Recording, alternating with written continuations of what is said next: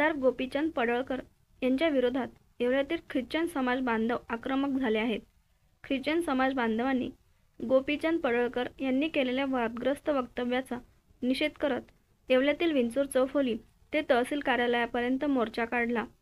गोपीचंद पडळकर यांच्यावर गुन्हा दाखल करून त्यांचा राजीनामा घेण्याची मागणी यावेळी ख्रिश्चन समाजाच्या वतीने करण्यात आली आहे।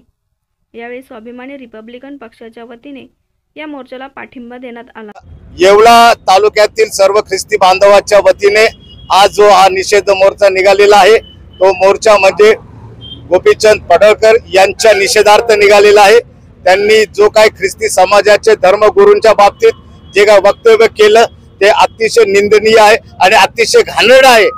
आणि आमच्या सर्व भारत देशामध्ये महाराष्ट्र देशामध्ये जे फादर्स आहेत, जे पालक वर्ग आहेत, जे सेवक आहेत, त्यांच्या जीवाला धोका आहे, ते भयभीत झालेले आहेत।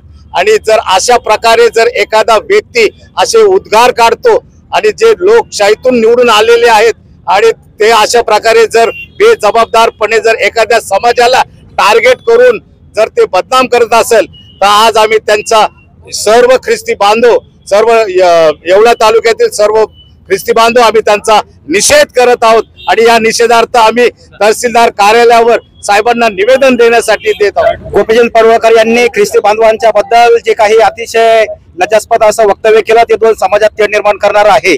मुळातच भारतीय संविधानामध्ये असं म्हटलं गेलं आहे, प्रत्येक धर्मातल्या धर्मगुरूंना, प्रत्येक व्यक्तीला ज्याच्या धर्माचा आदर असला पाहिजे आणि त्यांच्या प्रार्थना त्यांनी जनतेने केल्या पाहिजे। आणि हे सदर महाराष्ट्रामध्ये हे वक्तव्य करून दोन समाजामध्ये एक तीव्र संतापाची लाट निर्माण झाली। नव्हे तर धर्मगुरूंना जे काही मारण्याचं एक प्रकार त्यांनी सुपारीच जाहीर केलेला आहे। त्या सदरच्या गोष्टीचा आम्ही स्वाभिमानी रिपब्लिकन पक्षाच्या वतीने आम्ही जाहीर निषेध करतो आणि आम्ही स्वाभिमानी रिपब्लिकन पक्षाच्या वतीने या मोर्चाला पाठिंबा दिलेला आहोत। आणि आज आम्ही या मोर्चामध्ये सामील होऊन माननीय तहसीलदार साहेबांना आम्ही निवेदन देणार आहोत। निवेदनाच्या माध्यमातून साहेबांना आम्ही सांगू इच्छितो की जर आपण कडक कारवाई करावी, त्याची आमदारकी रद्द करावी आणि जर कधी मोर्चाची दखल घेतली गेली नाही तर या येवल्यात पुन्हा आम्ही जोरदारपणे एक आंदोलन छेडू हा आमचा